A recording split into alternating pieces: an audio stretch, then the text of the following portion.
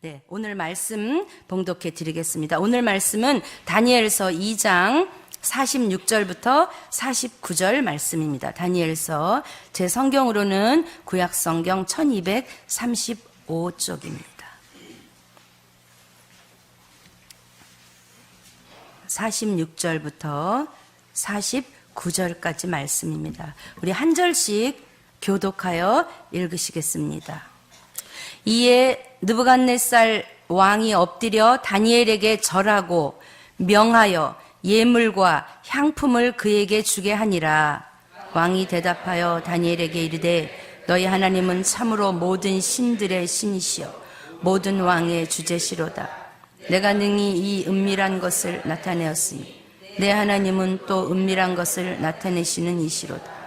왕이 이에 다니엘을 높여 귀한 선물을 많이 주며 그를 세워 바벨론 온 지방을 다스리게 하며 또 바벨론 모든 지혜자의 어른을 삼았으며 왕이 또 다니엘의 요구대로 사드락과 메삭과 아벳느고를 세워 바벨론 지방의 일을 다스리게 하였고 다니엘은 왕궁에 있었더라. 아멘. 오늘 나와서 말씀 전해주실 우리 엄재현 목사님은 선한목자교회에서 이제 그 성령 사역으로 성령 집회를 담당하고 계십니다. 지난번에도 오셔서 말씀 전해주셨는데 다니엘에서 바벨론으로 살기 어떤 것인지 우리 기대하는 마음으로 환영하는 마음으로 큰 박수로 우리 목사님 맞이하겠습니다.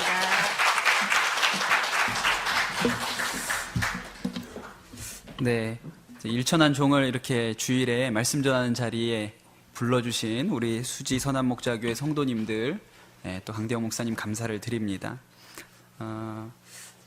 강대영 목사님께서 전화를 해서 설교를 한번 와서 했으면 좋겠다라고 얘기를 하셔서 무슨 말씀을 전할까 제가 좀 고민을 했습니다.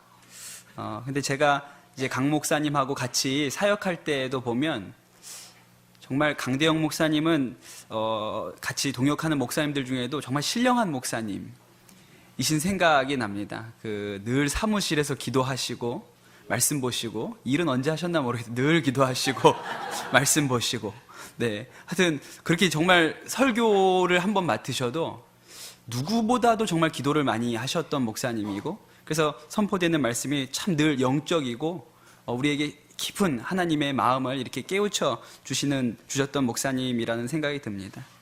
그래서 사실은 이런 교회에 와서 제가 말씀 전하는 일이 굉장히 이렇게 부담스러운 일이죠. 그래서 저도 고민을 하고 기도를 하다가 우리 강대영 목사님은 영적인 말씀을 전하시는 분이시니까 저는 좀 육적인 말씀을 전해야겠다 이런 생각을 했습니다. 아까도 광고하실 때 광고의 절반이 식사와 관련된 광고였죠. 예. 그러니까 먹고 사는 일이 사실은 굉장히 중요합니다. 예, 우리가 마음은 이미 천국에 사는 사람들이지만 우리가 결국 이 땅에서 두 발을 딛고 살아가야 되기 때문에 이곳에서 먹고 사는 일도 대단히 중요한 것이죠. 그래서 오늘은 좀 그런 이야기를 나눠보면 좋겠다고 싶습니다. 오늘 우리가 함께 나누게 될 말씀은 다니엘서입니다. 예, 아시는 것처럼 다니엘은 유다가 멸망하고 바벨론의 포로로 끌려갔던 사람입니다. 그리고 소년 시절에 바벨론의 포로로 끌려가서 거기서 왕실에서 일을 하게 되었죠. 그리고 이 바벨론이라는 이방 세상에서 하나님 나라의 사람으로 그의 정체성을 지키며 살아가야 했습니다. 그런데 그것이 꼭 우리의 삶하고 비슷합니다. 왜냐하면 오늘 우리가 예배드리러 교회에 모였기는 하지만 우리는 교회에서 살지 않습니다. 다 세상에 나가서 살지요. 마치 바벨론과 같은 세상에 나가서 우리가 삽니다. 그곳에서 우리는 그리스도인으로서의 우리의 정체성을 지키며 살아야 해요. 얼마 전에 회사에 취직하려고 면접을 봤던 우리 교회 한 청년이 그런 얘기를 하더라고요. 면접을 보다가 면접관이 아마 그 이력서에 나와 있는 종교란에 기독교라고 써 있는 걸 봤나 봐요. 그리고 이렇게 물어보더래요. 술 잘 먹어요? 그렇게 물어보더랍니다. 그래서 이 형제가 저 교회 다녀서 술 안 먹습니다. 그렇게 대답했대요. 그랬더니 면접관이 우리는 술 먹는 사람 좋아하는데 그러더래요. 그랬더니 이 청년이 뭐라 그랬냐면 술 안 먹고도 잘 놀 자신 있습니다. 그렇게 대답을 했다 그래요. 그랬더니 그 면접관이 에이, 술 안 먹고 어떻게 잘 놀아요? 재미없지, 그런 사람. 그렇게 얘기를 했다는 얘기를 저한테 와서 하더라고요. 그게 우리가 살아가야 하는 세상입니다. 바벨론 같은 세상에서 우리가 그리스도인으로 살아가야 하는 것이죠. 사실 여러분, 설교를 하는 목사인 저는 이런 이야기로부터 열외된 사람입니다. 왜냐하면 저는 교회에서 살거든요. 저는 그렇게 세상과 부딪힐 일이 없습니다. 그런데 저는 그런 사람이지만 오늘 말씀에 나오는, 오늘 말씀의 주인공인 다니엘이라는 사람은 열외된 사람이 아니었어요. 다니엘은 성직자가 아닙니다. 다니엘은 평신도였지요. 다니엘이 일했던 곳은 교회나 성전이 아니었고 바벨론의 왕실이었습니다. 그는 일종의 공무원이었던 것이에요. 다니엘은 직장인이었습니다. 그러면 여러분, 다니엘이 오늘 이 바벨론과 같은 세상을 살아가야 하는 우리에게 줄 메시지가 있다고 저는 생각이 들었습니다. 사실 몇 달 전에 제가 다니엘서를 통해서 그리스도인이 세상을 살아가는 법에 대해서 5번 설교를 했던 적이 있습니다.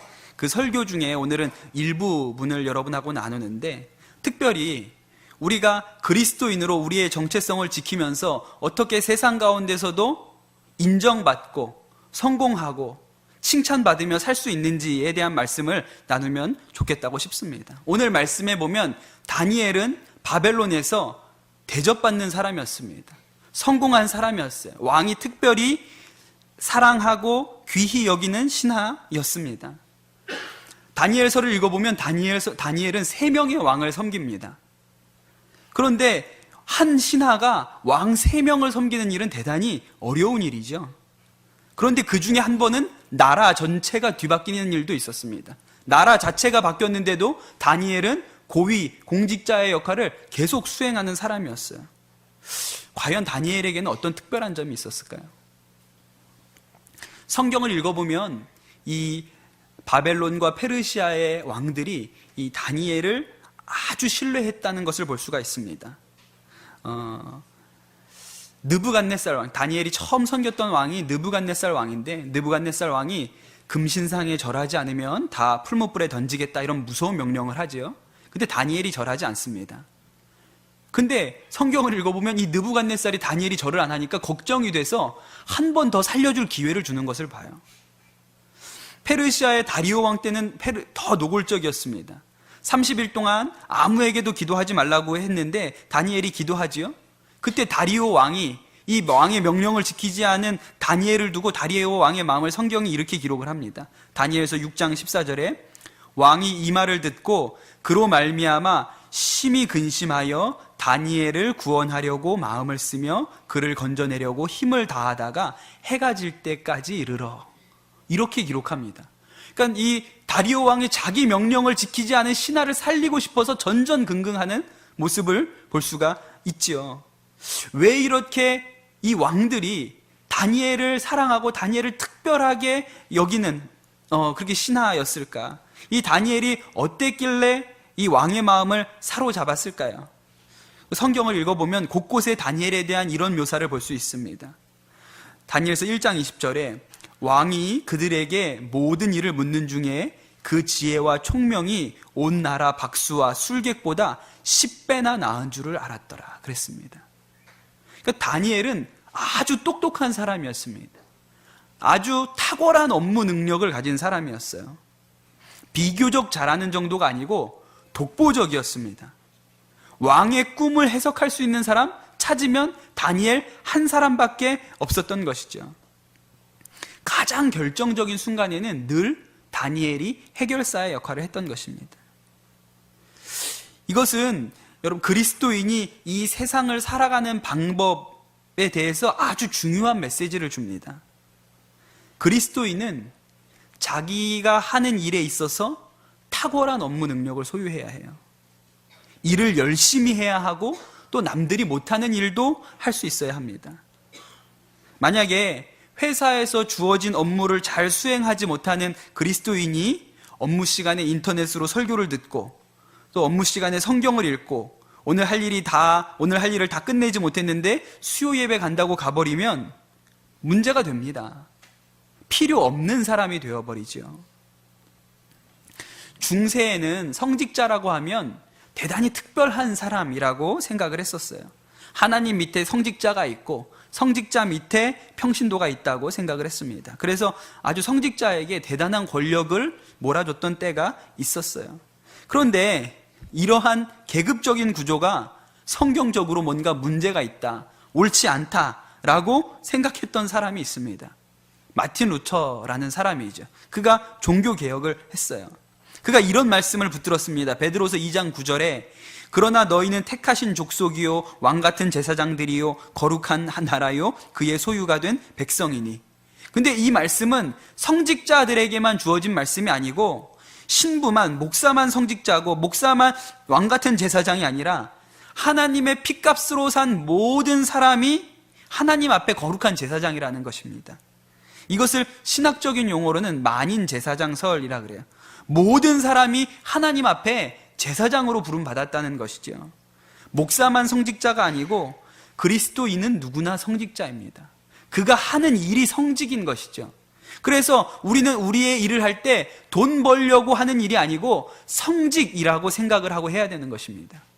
집에서 아이를 돌보고 요리를 하는 가정주부도 그 일이 하나님이 주신 성직이라고 여겨야 합니다. 제가 청소년부에서 청소년들한테 설교할 때 너희에게는 공부가 성직이다 이렇게 말씀을 전합니다. 애들은 별로 안 좋아하고 부모님들은 엄청 좋아합니다. 그런데 그 아이들만 그런 것이 아니라 집에서 계란 후라이 하는 것도 성직인 것이죠. 그것이 성경에 나오는 하나님의 말씀입니다. 그렇다면 여러분, 그 일이 내게 주어진, 내가 직장에서, 내가 사업장에서 하는 내 일이 성직이라면 우리가 그 일에 전문성을 갖추고 사람에게 본이 될 만큼 열심히 하는 것은 당연한 자세이죠. 계란 후라이도 잘 만드셔야 됩니다. 맛소금 대신에 미원을 넣으시면 안 돼요. 여러분, 게다가 그래서 직장에서 그리고 사업장에서 그리스도인이 고도의 전문성과 탁월함을 갖추면 그 사람의 영향력도 커지게 됩니다. 그러니 우리는 일을 잘해야 하고 또 열심히 해야 되는 것이죠. 사장님이 아무리 김 과장이 교회 나가는 것이 못마땅해도 영업 능력이 뛰어나면 써야 하는 것입니다. 그게 우리가 그리스도인으로서 세상에서 감당해야 할 위치인 것이죠.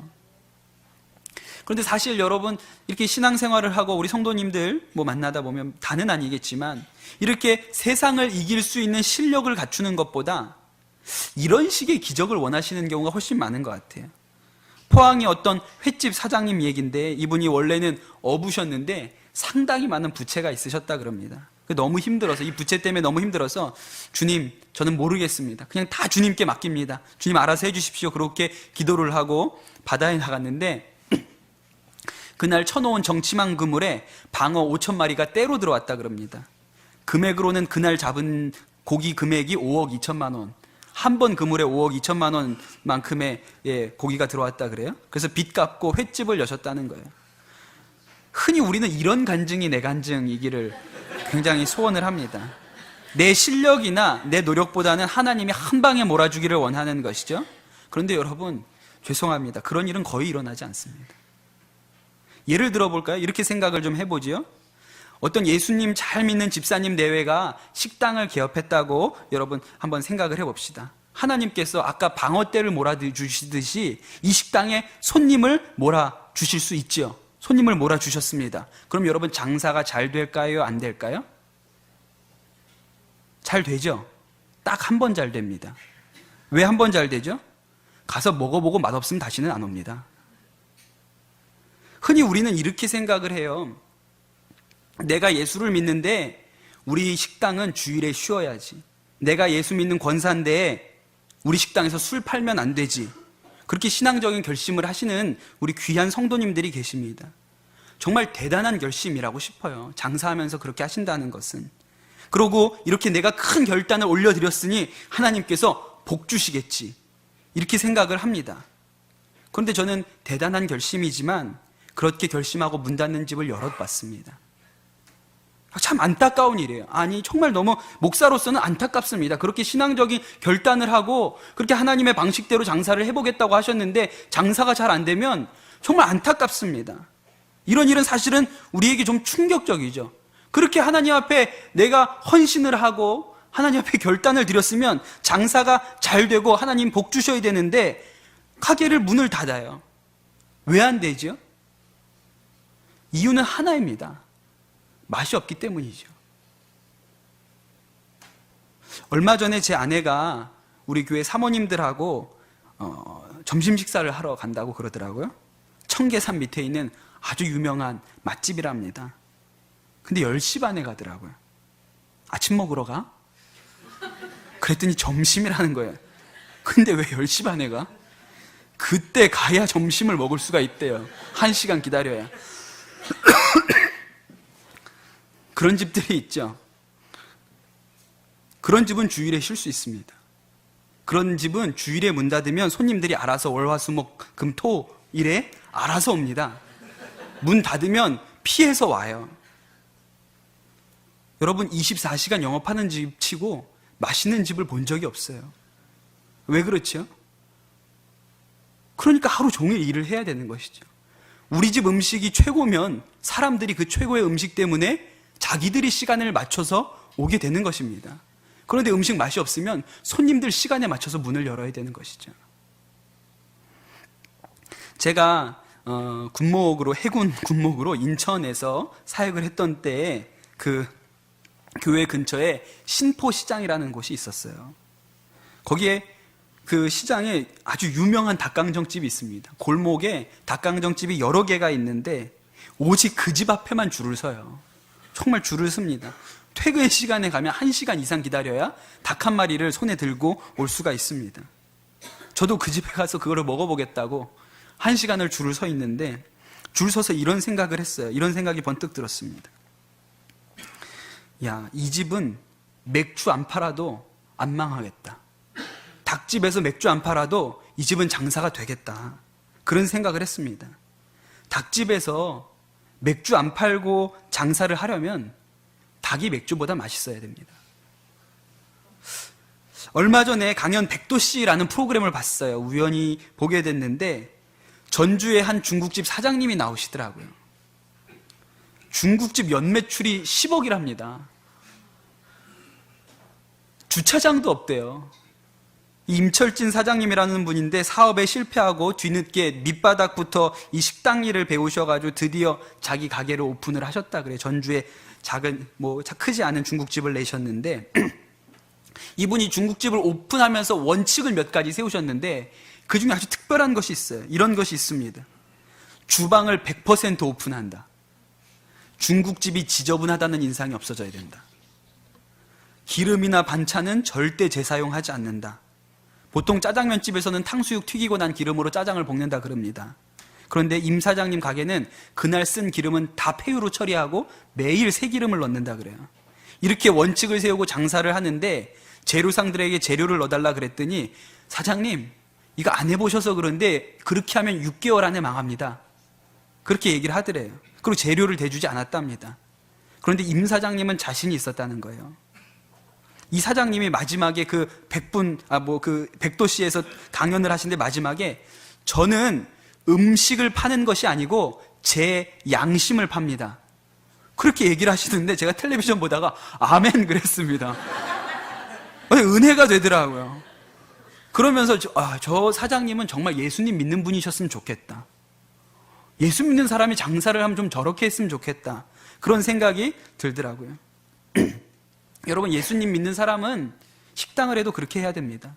손님이 반찬으로 부침개 좀 더 달라는데 눈치 주는 식당은 절대로 잘 될 수 없습니다. 식당이 하나님이 주신 성직이면 하나님이 짬뽕 드시러 오신 것처럼 최고의 짬뽕을 만들어야죠. 그것이 성직입니다. 짬뽕에 미원 너무 많이 넣으면 안 돼요.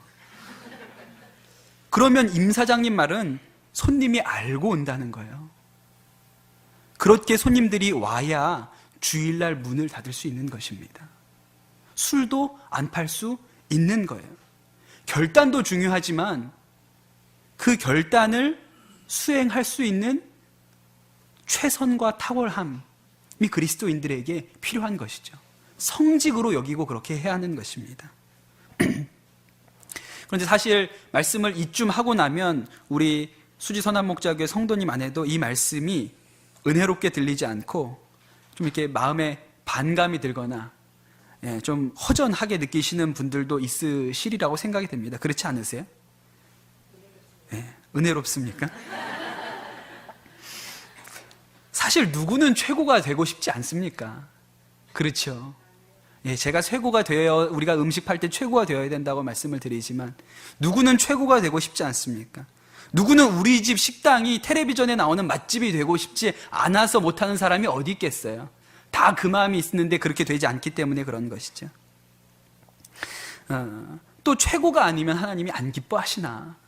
누가 직장에서 제일 영업 실적 좋은 사원이 되고 싶지 않겠습니까? 근데 그렇게 안 되니까 못하는 것이죠. 여기에서 만약에 설교를 끝낸다면 마치 교회에 나오는 학생들은 다 1등 해야 된다 라고 말하거나 1등 하는 애들만 교회 나와라 라고 말하는 것이나 별로 차이가 없겠죠.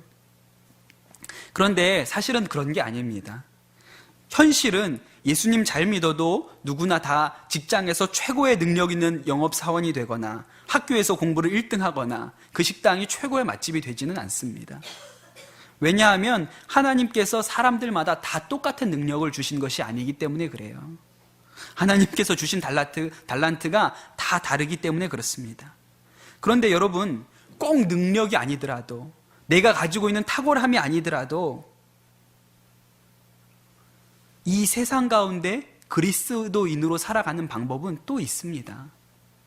물론 다니엘이라는 사람은 탁월한 업무 능력을 가졌어요.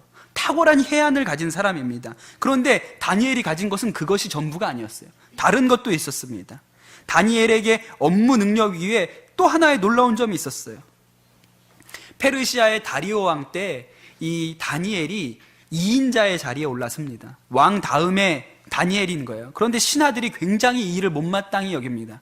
왜냐하면 다니엘은 근본이 없거든요. 바벨론 포로민 출신인데 이 바벨론 포로민 출신의 근본도 없고 귀족도 아니고 왕족도 아닌 이 포로민이 이 나라의 2인자까지 올라갔으니 다른 신하들이 볼 때는 억울한 겁니다. 싫은 거예요. 그래서 이 사람들이 다니엘을 곤경에 처하게 하려고 뒷조사를 하기 시작합니다. 다니엘의 일거수일투족을 다 점검을 해요. 그런데 그때 상황을 성경은 이렇게 기록을 합니다. 다니엘서 6장 4절에 이에 총리들과 고관들이 국사에 대하여 다니엘을 고발할 근거를 찾고자 하였으나 아무 근거, 아무 허물도 찾지 못하였으니 이는 그가 충성되어 아무 그릇됨이 없고 아무 허물도 없음이었더라 그랬습니다. 털어서 먼지 안 나는 사람이 없다 그러죠. 우리가 요 근래 인사청문회만 봐도 정말 먼지 안 나는 사람이 없는데 다니엘은 먼지가 안 났다는 거예요. 그러니까 다니엘이 가진 것은 탁월한 업무 능력뿐만 아니라 정직함을 가지고 있었습니다. 여러분, 이 정직함은 일을 잘 못해도 능력이 좀 없어도 할 수 있는 것입니다. 왜냐하면 정직은 능력이 아니라 신념이기 때문에 그래요. 몇 년 전에 우리 교회에 성남에 있는 우리 선한목자교회에 수원 한학교회 고성준 목사님이 오셔서 말씀을 전하신 일이 있어요. 제가 그 설교 중에 아주 인상적으로 들었던 간증이 하나 있습니다. 목사님께서 수원에 교회를 개척하셨을 무렵에 처음으로 전도된 형제가 있었대요. 얼마나 귀합니까? 개척교회를 하고 처음 전도되어서 나온 형제가 있는 거예요. 그런데 그 형제 직업이 사기꾼이었습니다. 나중에 알고 보니 교회에 와서 한 모든 얘기가 다 거짓말이었다는 거예요.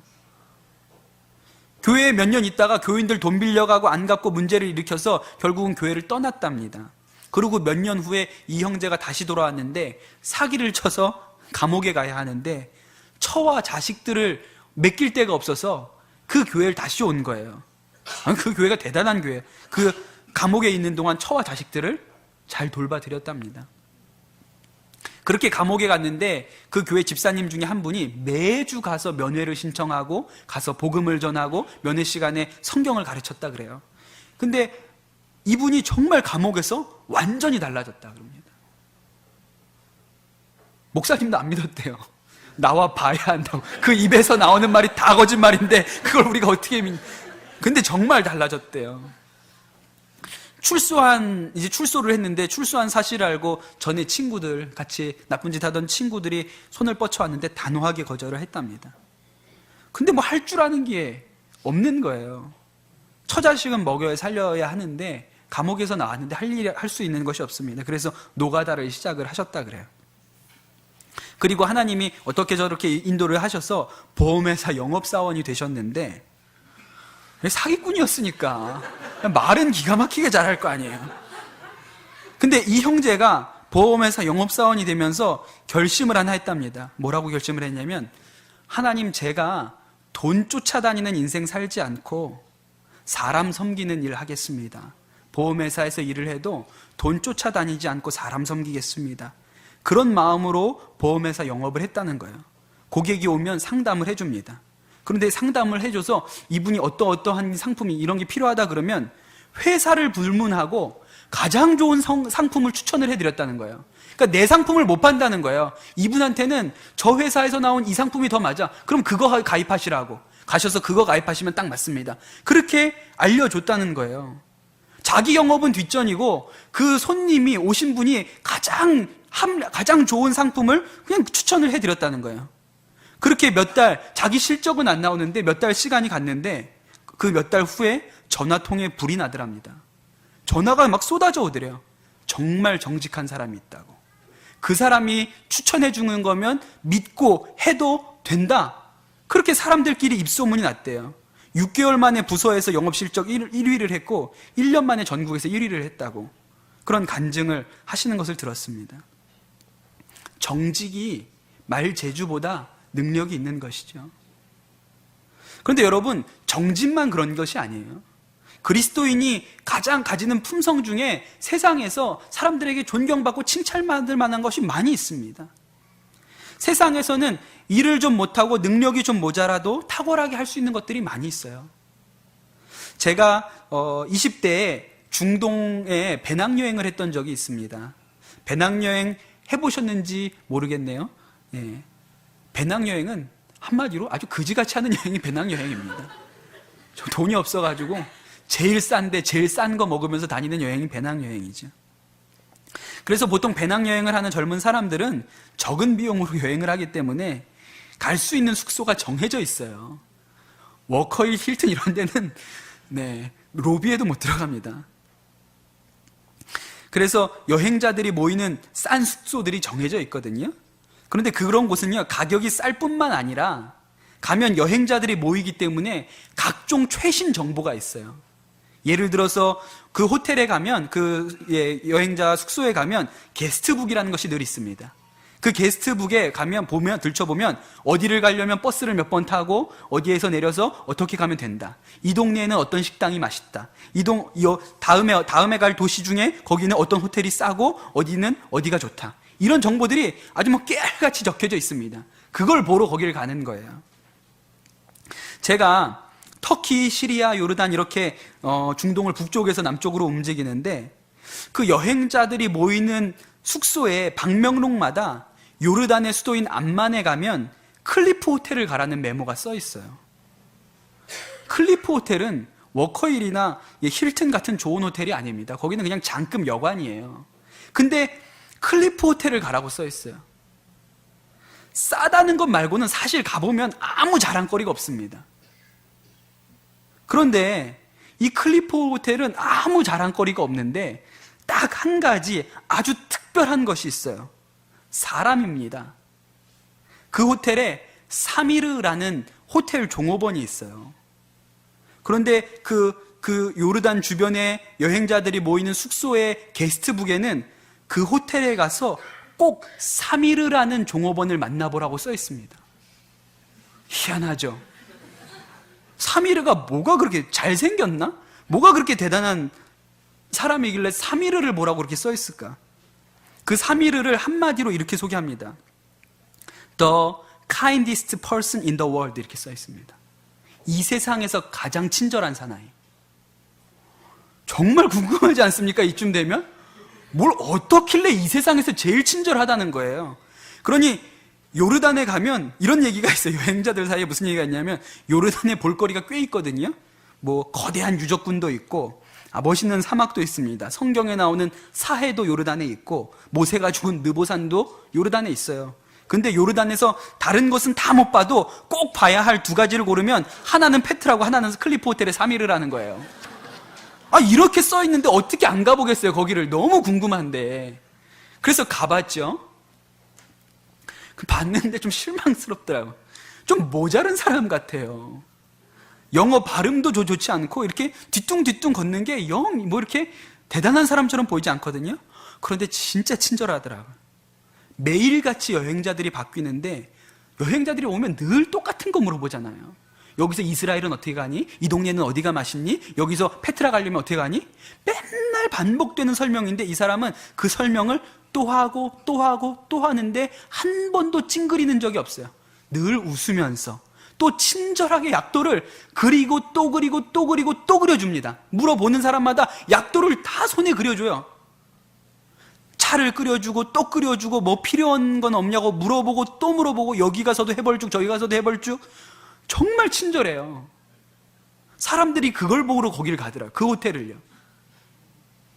상황이 이쯤 되면 클리프 호텔 사장님은 절대로 3일을 쫓아낼 수 없습니다. 최고로 머리가 좋아야 하는 것이 아니고 최고로 일을 잘해야 하는 것이 아니고 최고로 말을 잘해야 하는 것이 아니에요. 최고로 친절하기만 해도 되는 거예요. 제 생각에 3일은요 그 무슬림 국가인 요르단에서 예수 믿겠다고 해도 사장님은 못 쫓아내요. 왜? 그 친구 나가면 그 클리프 호텔은 아무것도 자랑할 거리가 없는데요.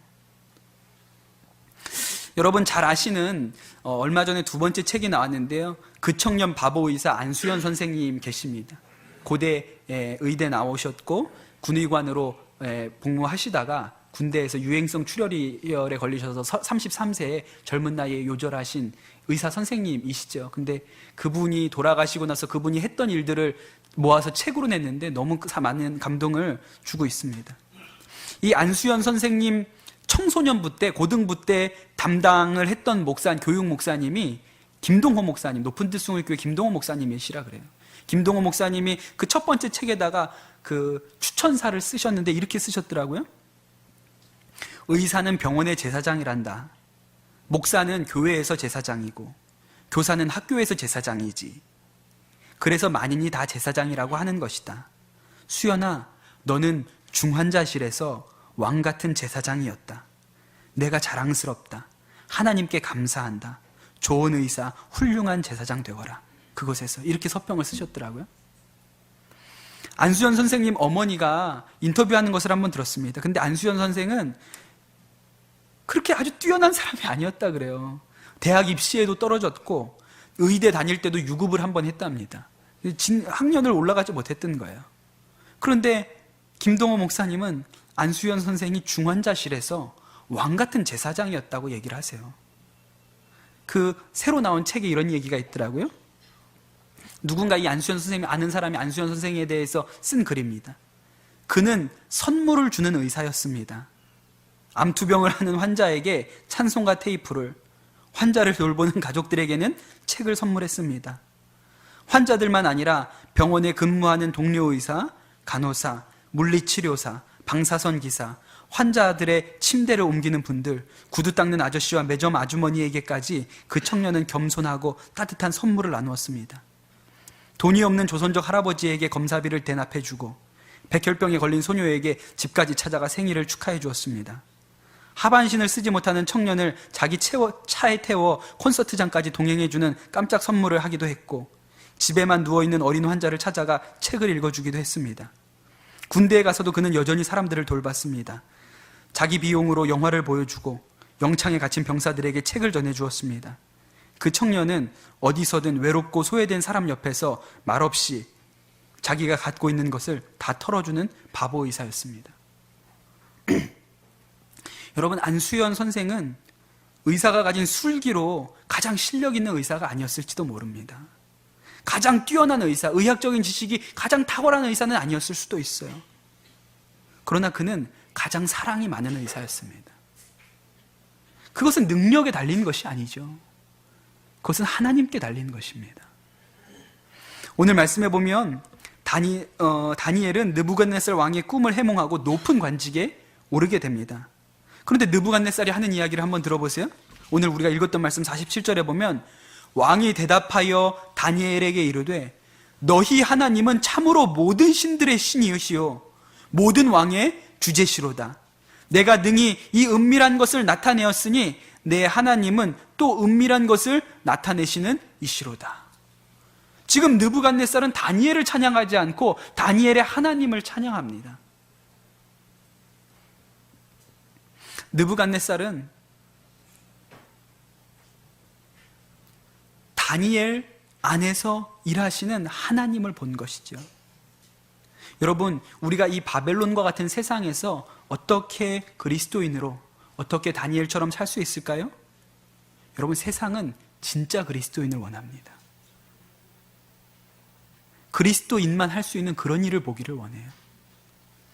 서울역에서 노숙자 사역을 하시는 유정옥 사모님이 최근 책에 이런 아들 이야기를 썼더라고요. 아들이 장교로 삼사관학교에 입소를 했다고 그럽니다.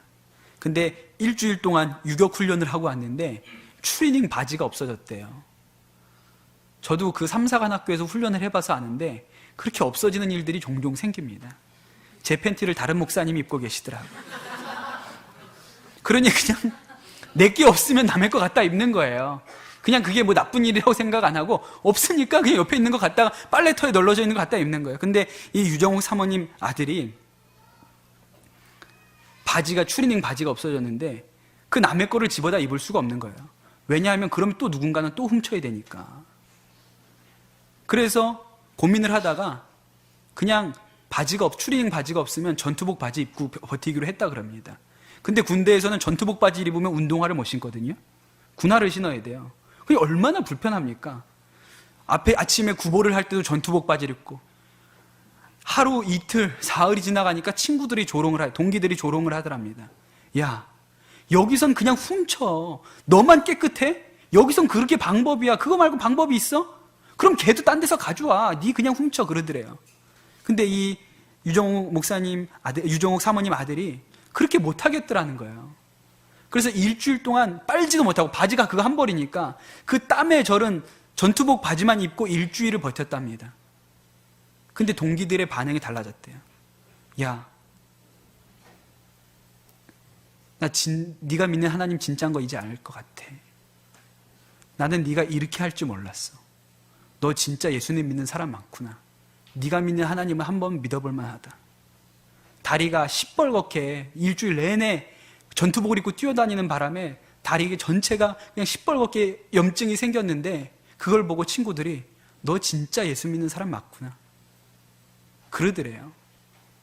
여러분, 우리가 이 바벨론과 같은 세상에서 진짜 그리스도인으로 사는 방법은 진짜 그리스도인이 되는 것밖에 없습니다. 그럼 세상이 압니다. 우리의 능력이 비록 부족할 수 있지만 친절할 수 있고 우리가 가진 지혜가 부족할 수 있지만 사랑할 수 있으면 세상에서는 그 사람이 그리스도인이라고 합니다.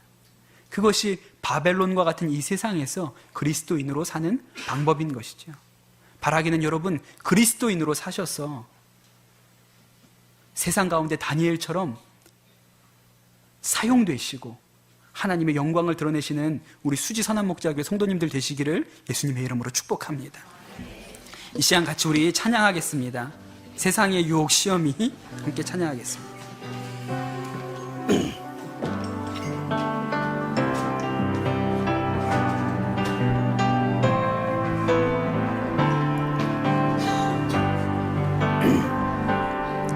세상의 유혹 시험이 내게 몰려올 때에 나의 힘으로 그것들 모두 이길 수 없네.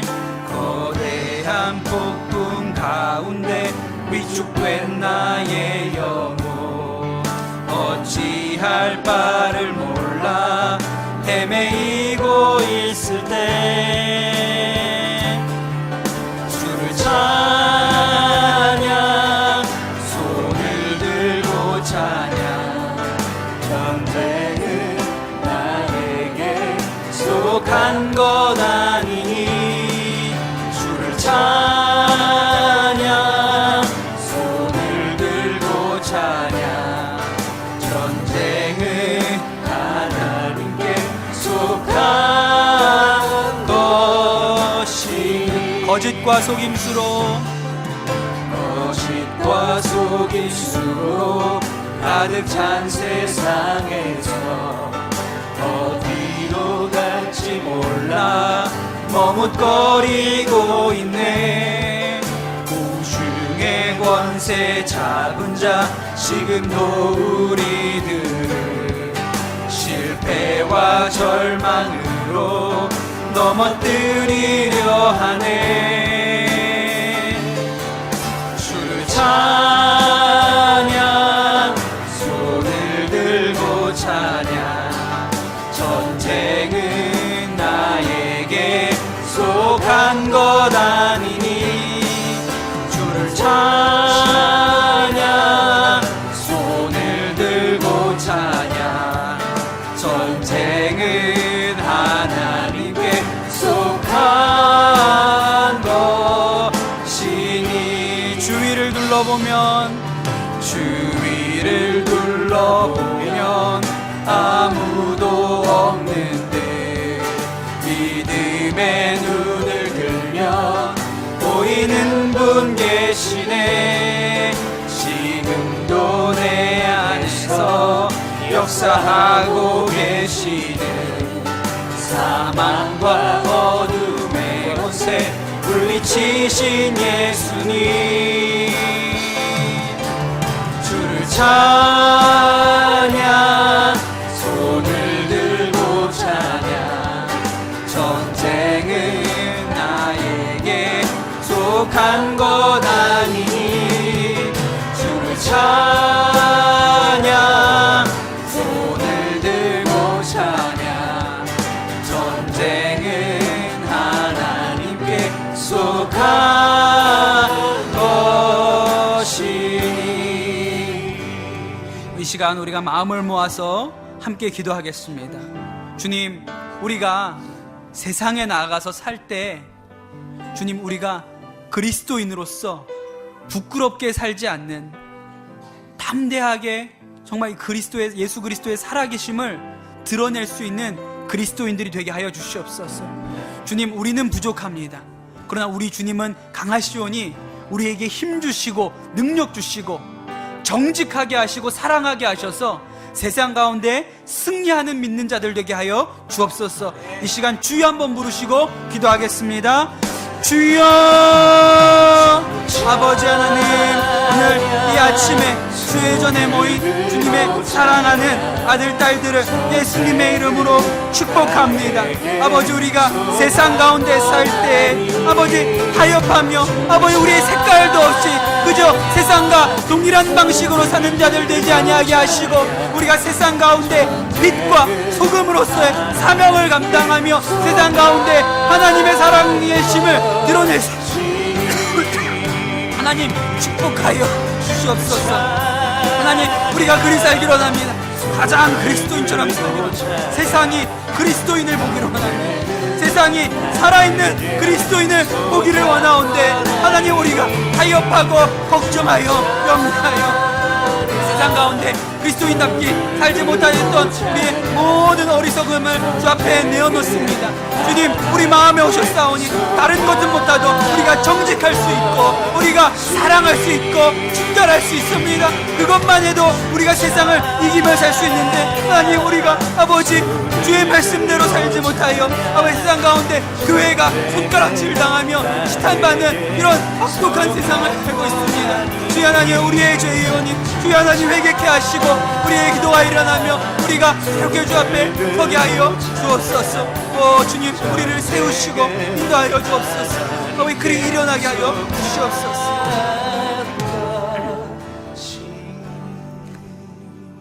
주님, 세상의 빛과 소금이 되어야 할 교회가 아버지 세상 사람들에게 손가락질 받으며 지탄당하는 그런 악한 시대에 주님, 우리가 살고 있습니다. 다른 사람의 문제가 아니라 내가 세상 가운데 구별되지 못하고 타협하고 세상의 방법으로 살았던 나의 죄인 것을 오늘 주 앞에 고백합니다. 주님, 아버지, 오늘 하나님 말씀을 우리가 들었습니다. 다니엘과 같이 우리가 주님 앞에 주님의 영광을 드러내는 구별된 자로 세워주시옵소서. 바벨론 땅에서도 우리가 하나님의 영광을 위하여 살아가는 자들 되게 도와주시고, 우리의 지혜가 부족하고 능력이 부족할 때 채우시는 분이 우리 주님이시며, 우리를 사랑하게 하시고 정직하게 하시는 분도 우리 주님이시오니, 우리가 주님이 주신 이 무기를 붙들고 세상에 나가여 승리하는 자들, 가장 그리스도인답게 사는 자들 되도록 축복하여 주시옵소서. 오늘 이 예배에 나올 때 하나님 예물을 준비하여 나온 귀한 손길들이 있습니다. 주님, 이 예물을 기뻐 받아주시고 하나님 은혜로 덧입혀 주시옵소서.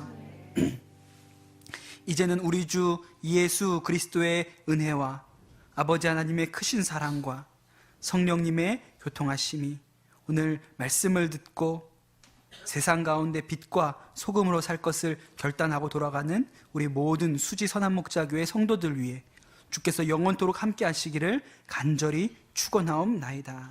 아멘.